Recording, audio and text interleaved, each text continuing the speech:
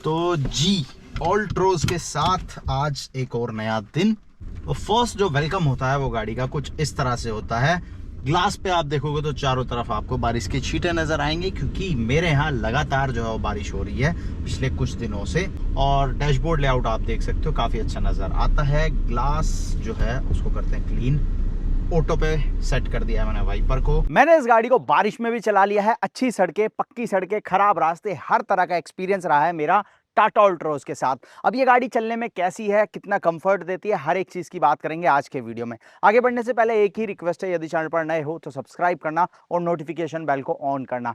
और यहाँ से डालते हैं रिवर्स। अब एक चीज देखो, अगर ORVMs आपको थोड़े बहुत विजिबल होंगे, पानी के छींटे जो हैं वो दोनों ही साइडों पे अच्छे खासे हैं, जिसकी वजह से पीछे का व्यू उतना ज़्यादा क्लियर नहीं है। लेकिन 360 व्यू कैमरा होने की वजह से बारिश के मौसम में भी आप बड़े आराम से जो है वो गाड़ी को बाहर निकाल सकते हो, या पार्किंग वगैरह में निकाल रहे हो, लगा रहे हो, वो सारी चीज़ें कर सकते हो। और व्यू काफ़ी ज़्यादा क्लियर है। पीछे गाड़ी खड़ी हुई है, बहुत अभी डिस्टेंस पे है, और यहाँ से सारी चीज़ें जो है वो क्लियर नज़र आ रही हैं। तो कैमरा क्वालिटी अगर आप देखोगे तो वो आपको काफ़ी अच्छी मिलती है। बैक कैमरा है, फ्रंट कैमरा देख लो, फ्रंट का कुछ इस तरह से है। बाकी पानी की बूंदें वगैरह जो वो उस तरह से डॉट के तौर पर नज़र आ रही हैं। और 3D व्यू जो है वो कुछ इस तरह से आपको मिल जाता है। साइडों में कितनी जगह है, वो सारी चीज़ें जो आपको 3D व्यू के तौर पर समझ में आ जाती हैं। बाकी इसको नॉर्मल 2D करते हैं और निकालते हैं गाड़ी को। पीछे कैमरा क्वालिटी देखोगे तो पीछे गाड़ी के नंबर जो है वो आराम से विजिबल हैं।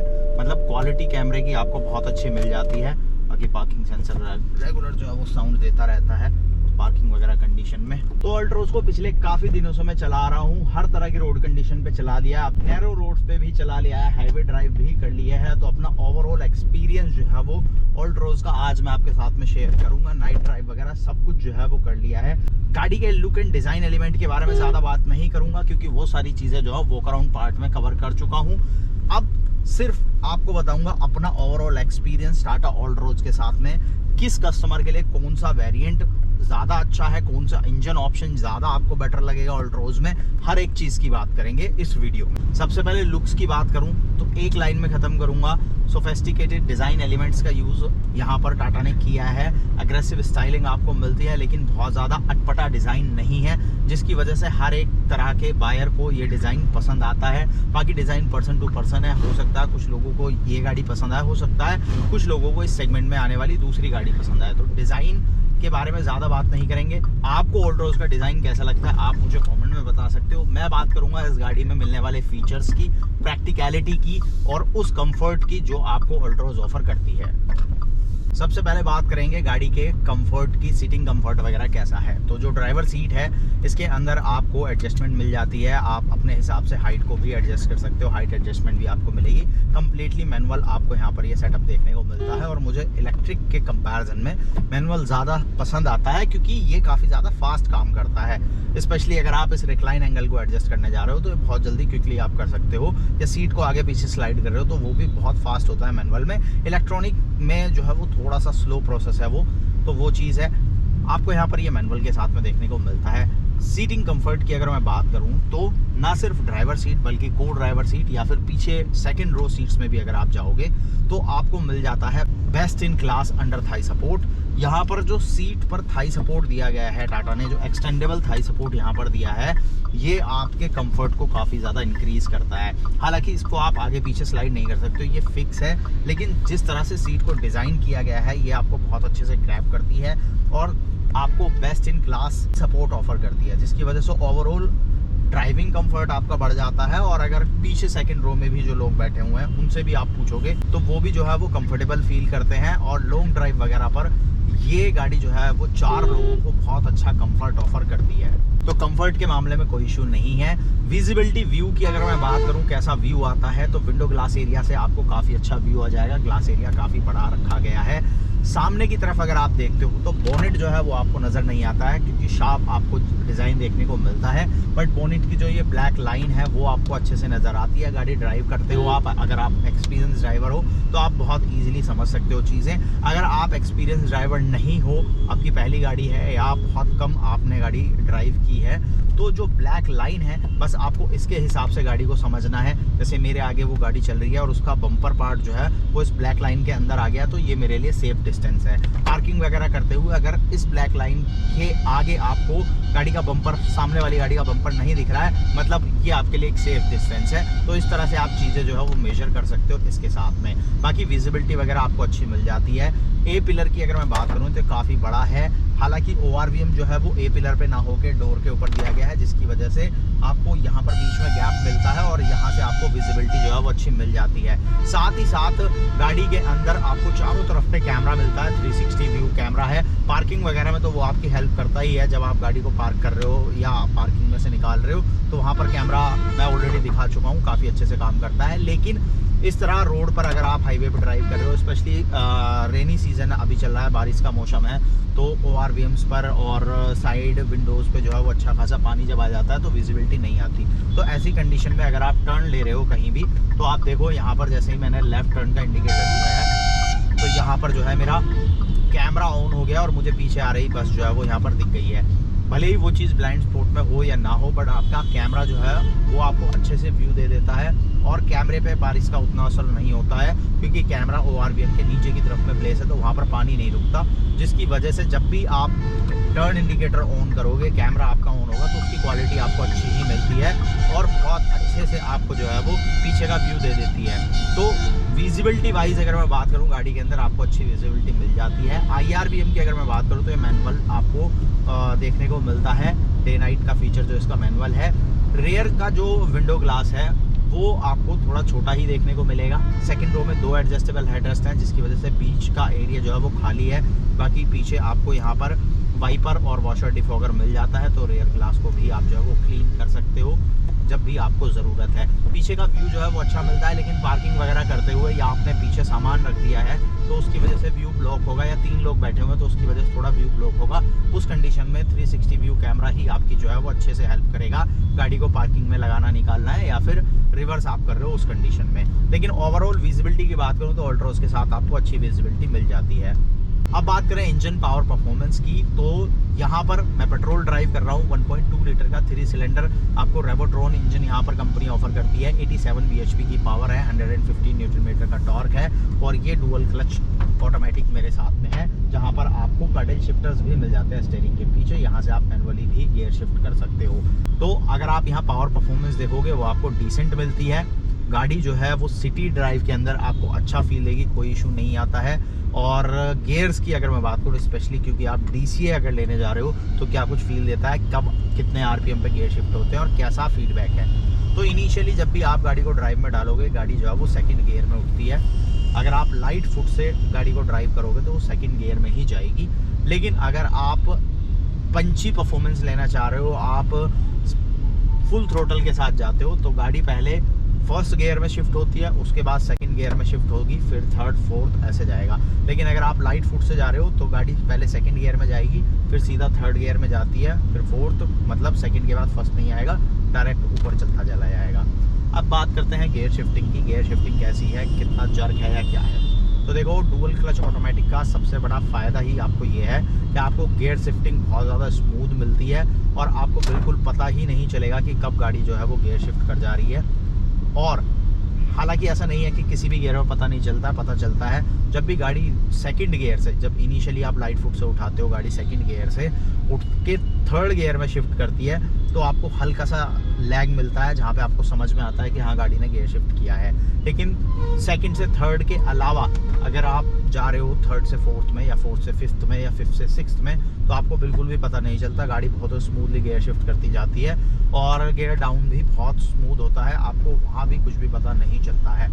साथ ही साथ अगर आप यहाँ पर परफॉर्मेंस का मज़ा लेना चाहते हो तो बस आपको पैडल शिफ्टर्स का इस्तेमाल करना है, गियर डाउन करना है और आप जो है वो परफॉर्मेंस का मज़ा ले सकते हो। हालांकि अभी वैसा मौसम नहीं है तो आपके पास ये पैडल शिफ्टर्स दिए गए हैं, जहाँ पे आप मैनुअल के तौर पर भी गाड़ी को यूज़ कर सकते हो। बाकी देखो, बारिश हुई है बहुत ज़बरदस्त और बारिश के मौसम में अगर कहीं भी इस तरह से आपको पानी भरा हुआ दिखता है, बहुत ज़्यादा एकदम फ्लडेड सी चीज़ आपको नज़र आती है, तो आपको दो चीज़ों का ध्यान खास तौर पे रखना है। पहली चीज़ कि अगर आप उस एरिया से वाकिफ़ नहीं हो, उस रोड का आपको आइडिया नहीं है, तो गाड़ी बिल्कुल स्लो चलाना है, जिससे कि अगर कोई खड्डा वगैरह हो तो गाड़ी उसमें एकदम से ना जाए, नीचे बम्पर वगैरह टच ना हो।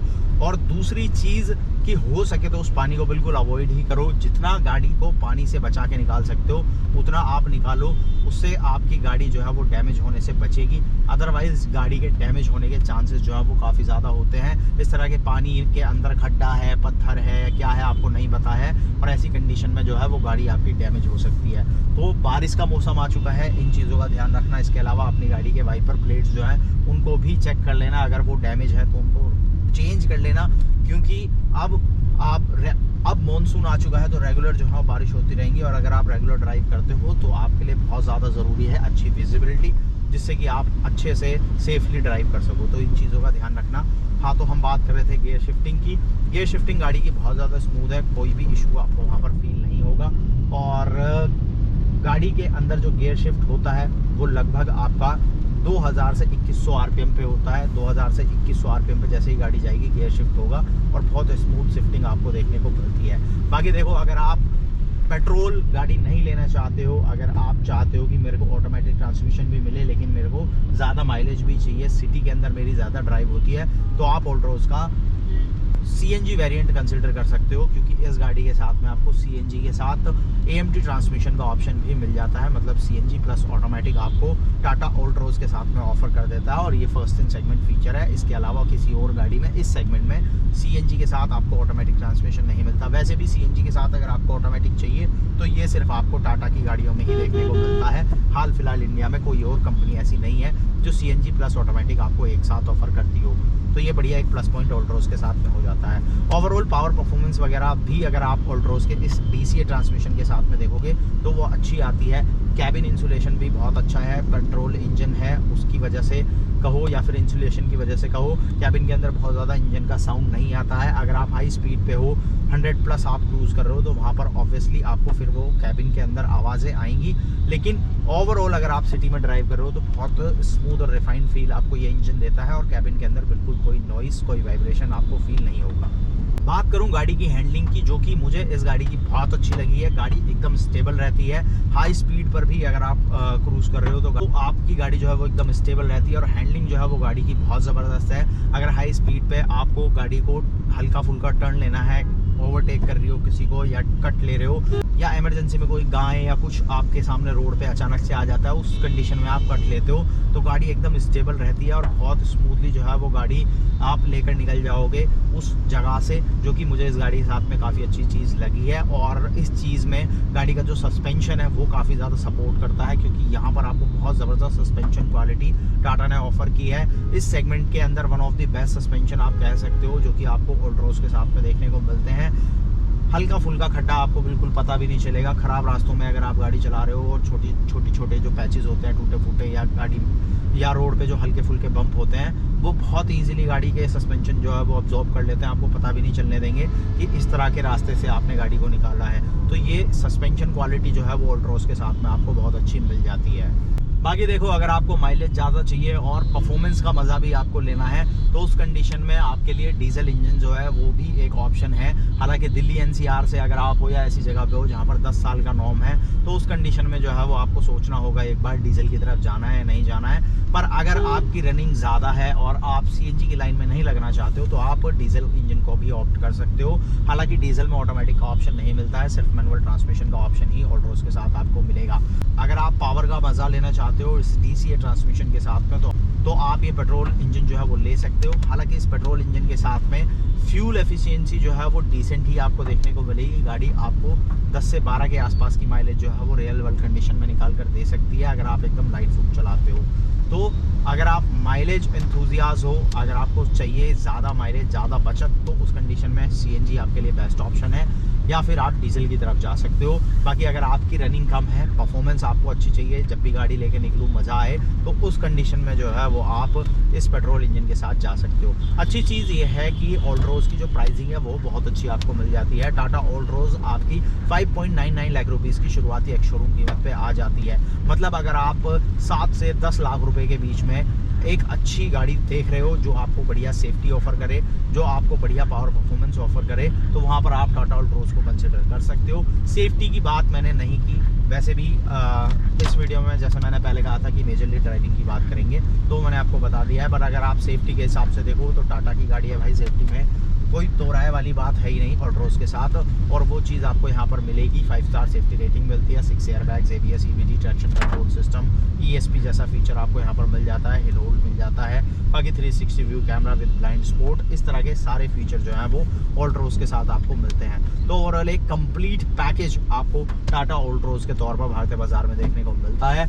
हर एक तरह के बायर के लिए एक फ्यूल ऑप्शन आपको मिल जाता है, स्पेशियस कैबिन मिलता है और फीचर लोडेड भी। तो चीज़ें अगर आप देखोगे ऑल्ट्रोज के साथ में आपको हर एक चीज़ जो है वो काफ़ी अच्छी यहाँ पर मिल जाती है।